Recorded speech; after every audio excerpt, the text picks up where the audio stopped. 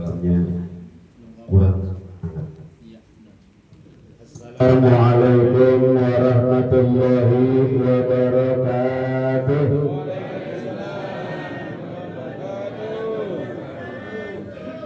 Alhamdulillahilladzi sakhkhara asy-syamsa wal qamara wa ja'ala al-laila wan nahara nafi'aini li ibadihi fi jami'il aqtar. Allahumma shalli wa sallim ala sayyidina Muhammadin wa ala alihi wa sahbihi ajma'in, amma ba'd.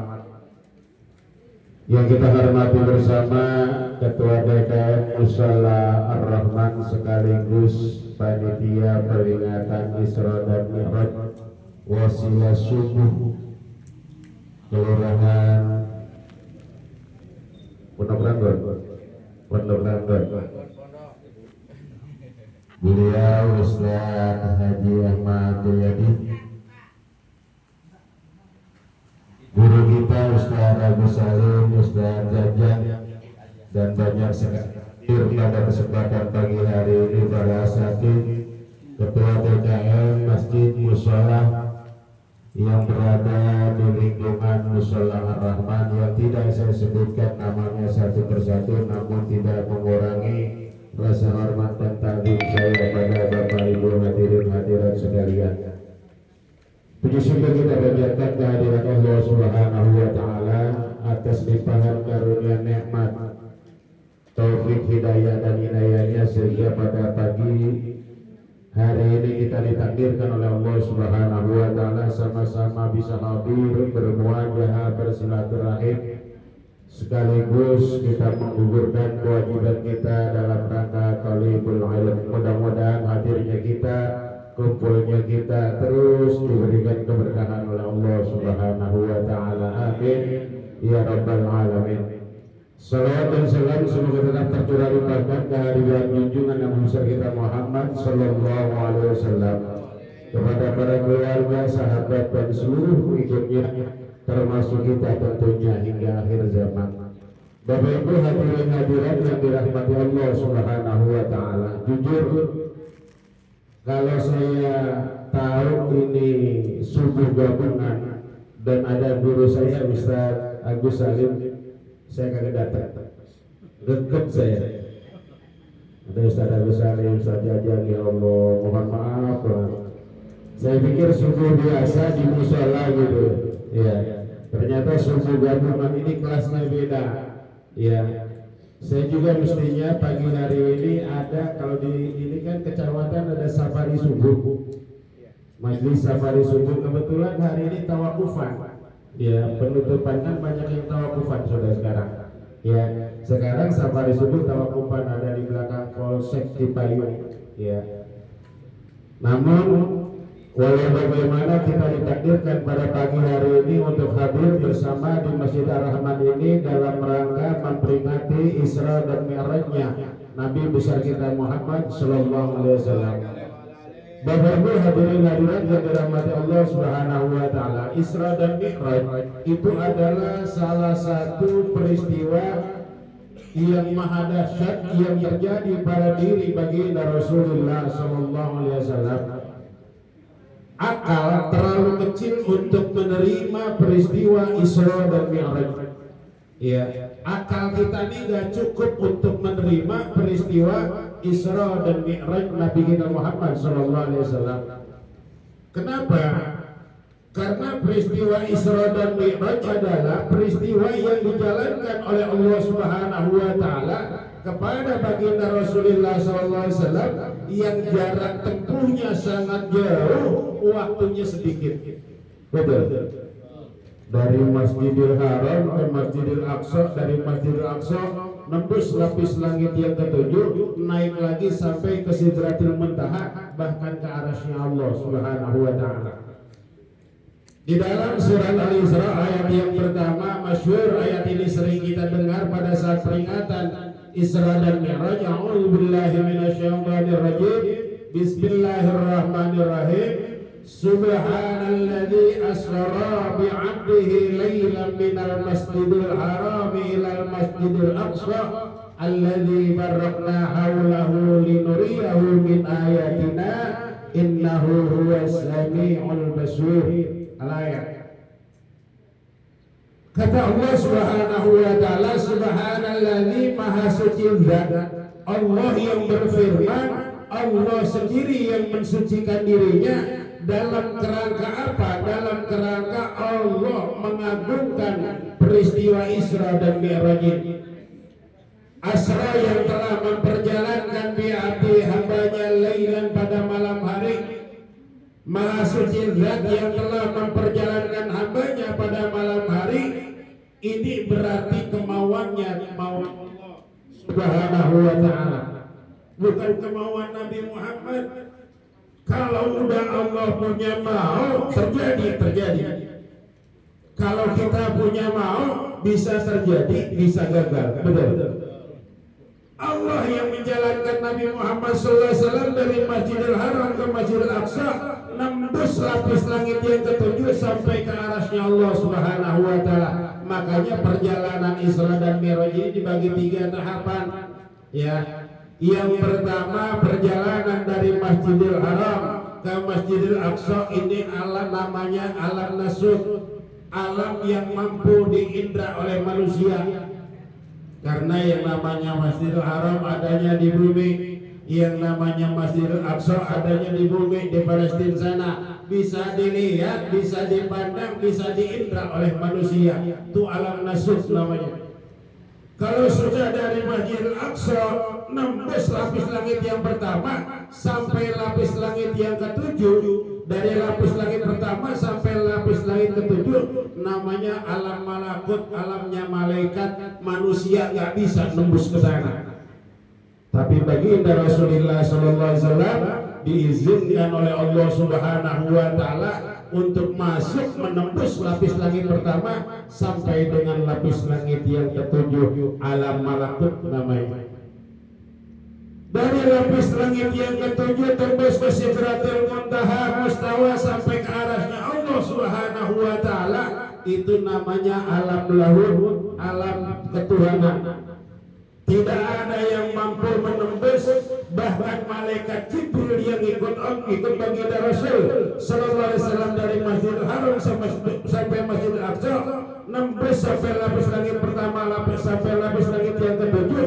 Pada saat di lapis langit yang ketujuh, malaikat Jibril pamit kepada baginda Rasul, Muhammad, gue nyampe sini aja dah. Nggak bisa. Malaikat Jibril masuk ke alam lahirnya Allah Subhanahu wa ta'ala, bisa hancur terbakar malaikat Jibril. Tapi baginda Rasulullah sallallahu alaihi wasallam dengan izin Allah Subhanahu wa ta'ala. Tapi Nabi Muhammad bingung pada saat mau masuk, mau menembus Sidratul Muntaha. Sampai Nabi Muhammad terdiam, kemudian Nabi Muhammad mohon kepada Allah Subhanahu wa ta'ala, apa yang bisa dilakukan? Karena Nabi Muhammad setiap mampir sehingga di lapis langit yang pertama, Nabi Muhammad tanya sama Jibril, ini gimana Jibril? Sholat Muhammad 2 rakaat. Ini pada saat sampai di lapis langit yang ketujuh mau menembus Sidratul Muntaha, Nabi Muhammad sudah tidak dikawal lagi sama malaikat Jibril. Akhirnya apa? Allah memberikan wahyu kepada Nabi kita Muhammad sallallahu alaihi wasallam. Sampailah wahyu itu kepada Nabi Muhammad dan Nabi Muhammad mengucapkan salam. Ternyata wahyunya adalah salam kepada Allah Subhanahu wa ta'ala. Sebelum masuk ke Sidratul Muntaha, Nabi Muhammad bilang, At-tahiyatul mubarakatus shalawatut thayyibatul lillah. Ini yang diucapkan baginda Rasulullah SAW dalam kerangka pengucapan salam kepada Allah Subhanahu wa ta'ala, dan dijawab oleh Allah Subhanahu wa ta'ala, Assalamu alayka ayyuhan nabiyyu wa rahmatullahi. Ini tahiyat yang kita baca kalau lagi sholat. Nabi Muhammad gak cukup. Nabi Muhammad ingat kepada umatnya, ingat kepada kita. Nabi Muhammad melanjutkan, Assalamu alayna wa ala ibadillahi shalihin. akhirnya baginda Rasulullah SAW berjumpa dengan Allah Subhanahu wa Ta'ala. Apa yang didapat? Sholat. Saya tidak akan menjelaskan secara rinci karena kita sudah sering dengar bahwa sholat pertama kali diwajibkan 50 waktu, rinci sampai 5 waktu. Yang terpenting buat kita dalam peringatan Isra dan Mi'raj kali ini adalah bagaimana sholat kita, ibadah sholat kita biar tambah khusyuk. Ikan kadang-kadang kita sholat baru takbir nih, Allahu Akbar, pikiran kita udah ingat dompet. Iya. Kadang-kadang lagi baca Fatihah ingat handphone ketinggalan. Orang sekarang Pak, antara handphone ketinggalan sama Quran ketinggalan, pergi kemana-mana, kira-kira yang balik yang mana? Handphone. Pergi kerja ya, padahal udah 2 kilo, ingat handphone ketinggalan, putar balik, udah nyampe di kantor, balik lagi. Ada apanya tuh handphone? Tuh ada rahasia. Orang sekarang handphone dikunci semua, sampai bini kagak tahu.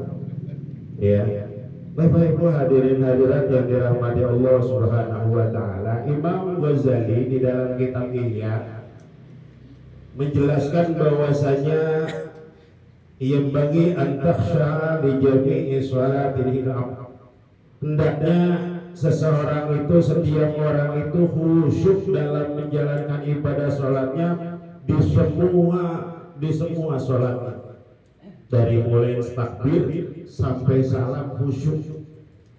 Ya. Tapi kenyataannya berat buat kita. Ya. Tapi kalau tidak mungkin kita khusyuk dari takbir sampai salam, yang namanya definisi sholat itu kan begini. Sholat itu as-sholatu lughatan ad-du'a. Sholat itu arti secara bahasa istilahan dan arti secara istilahan aqwalun wa af'alun muftahatun bitakbir wa muhtatamatun bitaslim.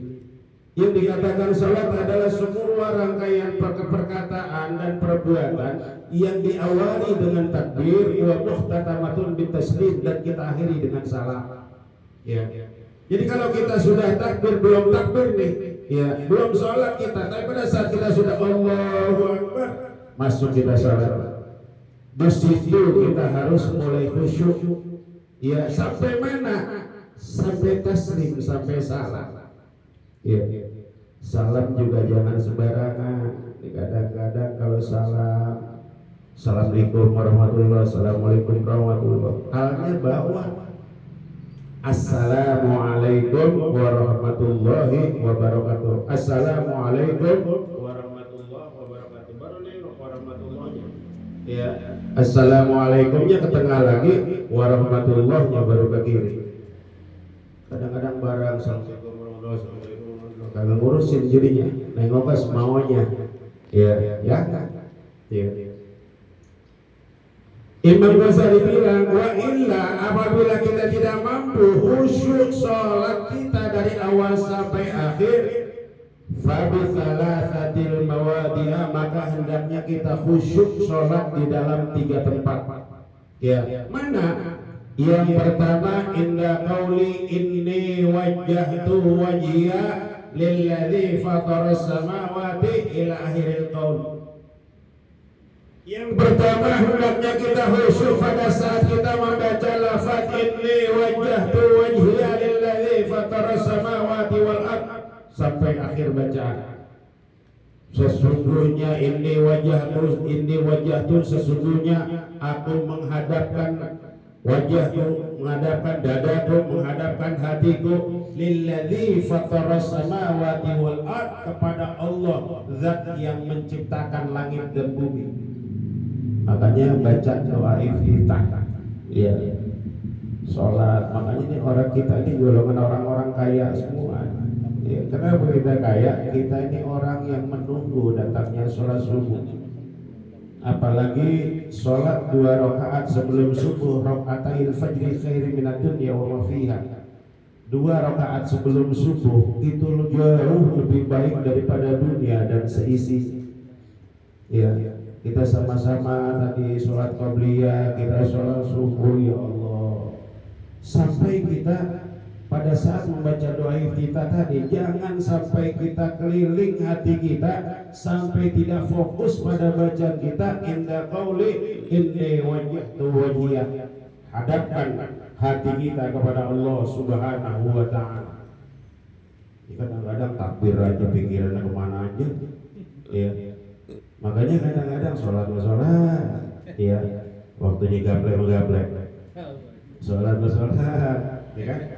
Jadi kita kadang-kadang nggak bisa ngimbangin ya, implementasi dari rangkaian ibadah sholat kita itu tidak membias, tidak memberikan athar dari perbuatan kepada perbuatan kita sehari-hari.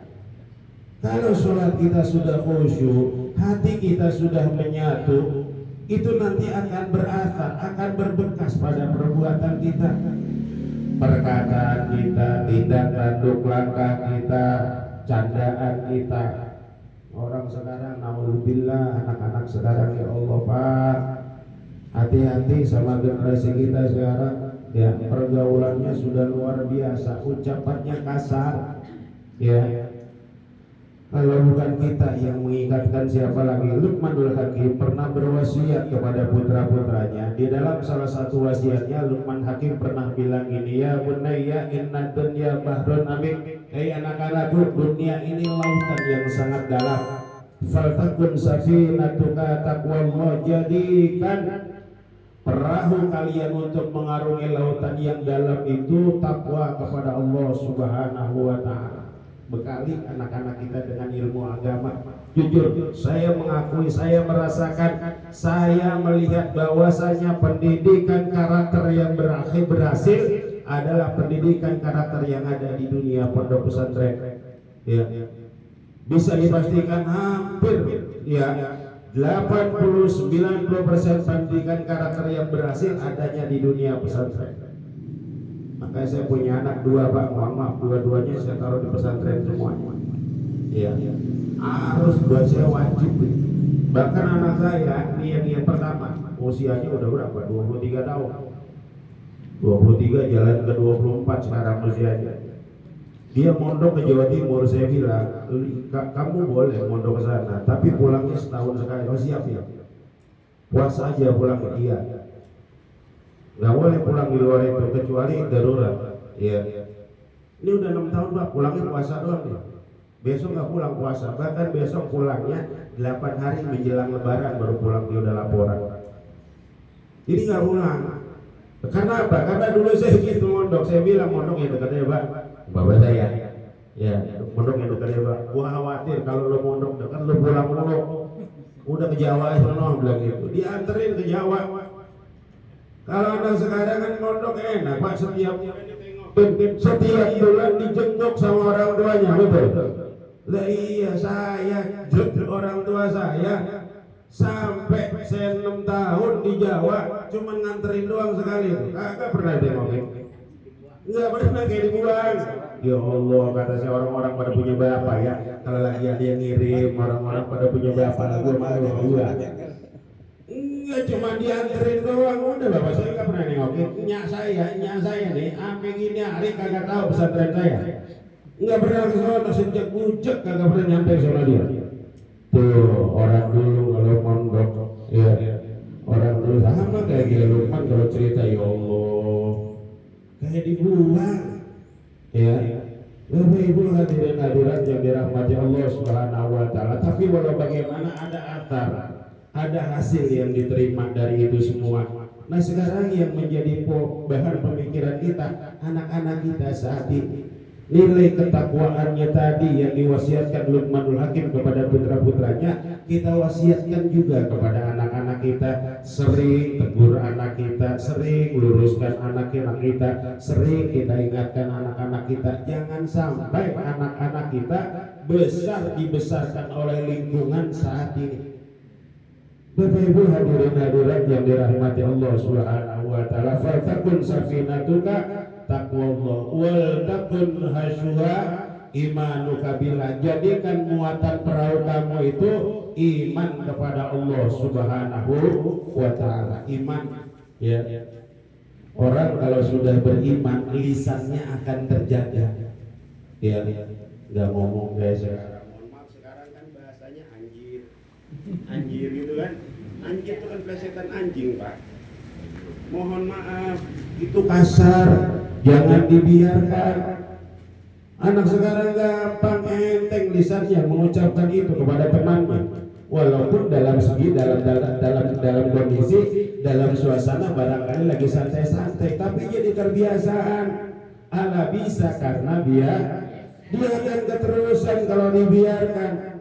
Anak-anak saat ini pada saat dia melakukan satu kejelekan, satu ketidakbaikan, apabila yang gede, yang tua, yang dewasa tidak menegurnya, dianggap itu sebuah kebenaran dan itu akan berlanjut. Makanya kita jangan malas-malas. Saya mohon maaf, kalau di masjid ada saya bocah becir, Pak. Kalau bercanda di masjid datang saya becir, tahu becir kan? Kabur. Ya, udah pada duduk diam, pura-pura diam. Nah saya itu mau bercanda. Kenapa? Kalau saya lihat kayak begitu langsung lihat tegur. Kayak naruh sendal, misalnya tuh anak di tempat yang suci, suruh pindahin langsung. Jadi dia nanti akan ingat, akan membekas ke hatinya. Oh itu nggak benar. Ini banyak sekarang orang tua, banyak sekarang orang yang dewasa, anak melakukan sebuah kesalahan, tapi itu dibiarkan.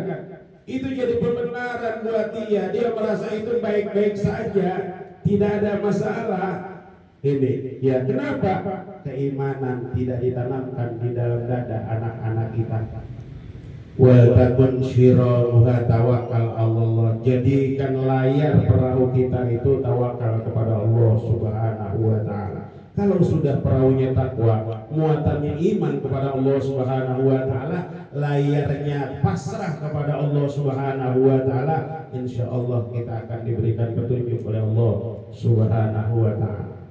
Yang kedua, tadi yang pertama bagaimana caranya sholat kita biar khusyuk? Kita harus khusyuk di dalam yang pertama inda qauli inni wajjahtu wajhiya lilladzi fatara samawati lahiril qaul. Itu harus khusyuk di situ, benar-benar menghadirkan hati kita hadirkan di situ.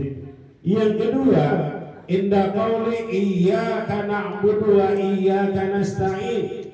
Pada saat kita membaca ayat pertengahan surat Fatihah, iyyaka na'budu wa iyyaka nasta'in, hadirkan hati kita di situ. Ya, hanya kepadamu na'budu kami menyembah dan hanya kepadamu kami mohon pertolongan. Hadirkan Allah di situ. Kadang-kadang lost dolai dari alhamdulillahirabbil alamin sampai waladhdallin, hati lost dolai yang ingat bisa sama Allah. Ingat minimal di ayat itu, kita ingat sama Allah. Ya, minimal kita ingat di ayat itu sama Allah. Syukur-syukur dari awal Fatihah kita mampu, lisan kita membaca, hati kita menerjemah. Syukur-syukur begitu. Ya, Bapak Ibu hadirin hadirat yang dirahmati Allah Subhanahu wa taala. Karena kita selaku makhluk yang memang sudah diciptakan oleh Allah Subhanahu wa taala, tidak ada salah satu pengabdian yang terbaik kepada Allah Subhanahu wa taala kecuali beribadah kepada Allah Subhanahu wa taala. Pada saat kita beribadah kepada Allah Subhanahu wa taala, kita menghambakan diri kepada Allah Subhanahu wa taala. Tarik lagi nih permasalahan ini kepada ayat Al-Isra tadi. Allah Subhanahu wa taala memanggil Nabi Muhammad di dalam ayat Al-Isra tadi bi'abdihi, dengan hambanya. Allah enggak katakan wa bi rasulih, Allah enggak katakan wa bi Muhammadin. Kan sah-sah saja, bisa saja Allah begitu. Kenapa? Allah memakai maqam bi'abdihi, hambanya. Ini yang harus kita sampai ke sana. Kita sudah ngaku semuanya ini sebagai hamba Allah. Enggak ada yang ngaku hamba Allah, bukan? Hamba Allah bukan kita.